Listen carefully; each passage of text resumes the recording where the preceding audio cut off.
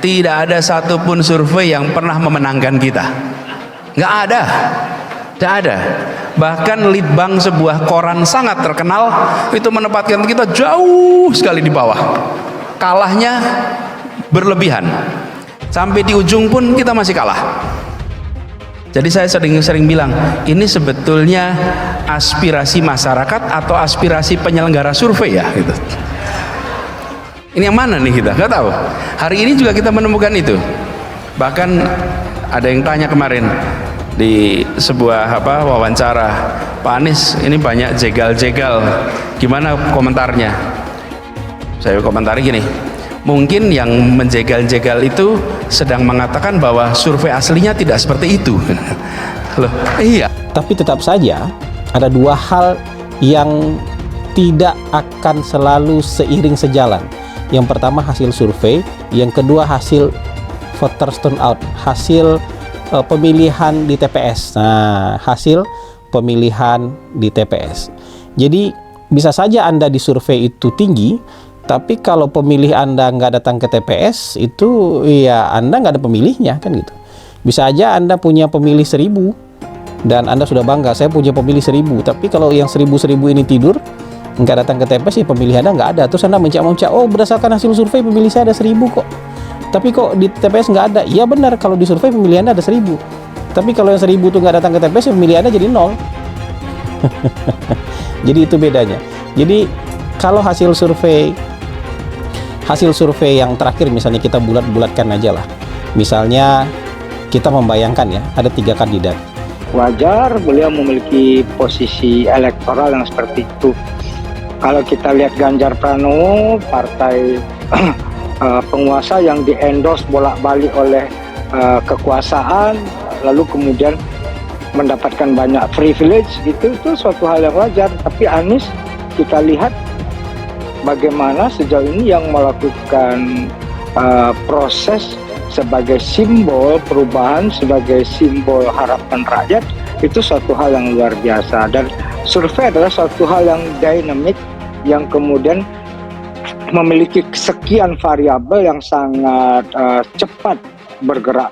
Kalau kita berkaca kepada 2 pilpres sebelumnya, saya ingin mengajak Anda membayangkan kejadian khusus nanti di hari Rabu 14 Februari tahun 2024. Hari Rabu itu hari libur. 14 Februari itu hari Valentine. Jadi malam tanggal 14, malam sebelum pencoblosan, saya rasa akan banyak kemeriahan, akan banyak kegembiraan, akan banyak pesta, ya, akan banyak kemesraan, apalagi lah segala macam, pokoknya yang sifatnya happy-happy lah di malam sebelum hari pencoblosan. Malah mungkin banyak yang coblos malam itu daripada yang nyoblos siang gitu. Gitu. Jadi ini bisa saja membuat kemudian orang yang besok datang ke TPS itu berkurang sangat drastis kalau nggak punya kesadaran politik yang memadai. Ya, capek udah habis party tadi malam, habis senang-senang tadi malam, habis kongko-kongko tadi malam, habis pesta pora tadi malam, habis Valentine, habis check-in tadi malam, habis nyoblos tadi malam, akhirnya nggak datang ke TPS. Dan generasi-generasi yang merayakan Valentine itu kan jumlahnya besar sekali, ya, besar sekali, dan mungkin salah satu yang terbesar nanti ketika 14 Februari tahun 2024 itu pemilih kita yang merayakan Valentine itu jumlahnya sangat besar sekali. Nah, kalau misalnya yang merayakan Valentine ini besok nggak datang ke TPS, itu hasil survei akan dijungkir balikan, akan jungkir balik semua. Karena kita bisa memprediksi bahwa pemilih A yang hanya 26% itu mungkin nggak ada satupun yang Valentine. Dia malam itu dia tidur biasa normal, besok mereka semua datang ke TPS semua, ya kan? Pemilih B bisa saja mungkin 60% Valentine, 40% enggak, ya kan? 60% Valentine, besoknya dia nggak datang ke TPS. Pemilih C karena dia konten kreator bisa jadi 75%. Pemilih dan pendukung dia nggak datang ke TPS karena malamnya itu merayakan malam Valentine dengan segala macam aktivitasnya. Bos lembaga survei ini ungkap peluang Anies menang 1 putaran meski surveinya selalu nomor buncit. Ternyata ini kuncinya. Dikutip dari News Jakarta, pendiri lembaga survei Cyrus Network Hasan Nasbi mengungkap peluang bakal calon presiden dari Koalisi Perubahan untuk Persatuan KPP Anies Baswedan menang satu putaran. Hasan Nasbi menyoroti hasil survei kebanyakan lembaga yang menempatkan Anies di posisi buncit dengan perolehan hanya sekitar 26%.